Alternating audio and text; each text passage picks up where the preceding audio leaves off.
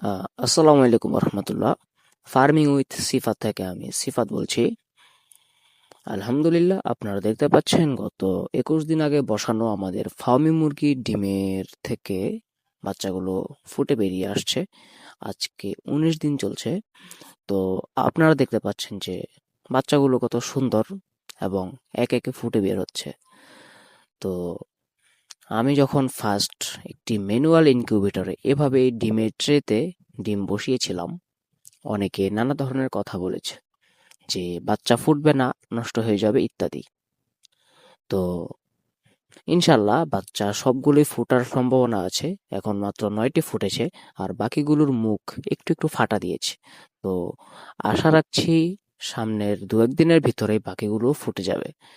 তো আপনারা যারা ভোগান্তি ছাড়া একটি ম্যানুয়াল ইনকিউবেটরে বাচ্চা ফোটাতে চান, এই পদ্ধতিটি ব্যবহার করতে পারেন। এভাবে অনেক ভালো হ্যাচিং রেট পাওয়া যায়। আশা করি আপনারা বুঝতে পেরেছেন। আজকের মতো এখানেই বিদায় নিচ্ছি। আসসালামু আলাইকুম।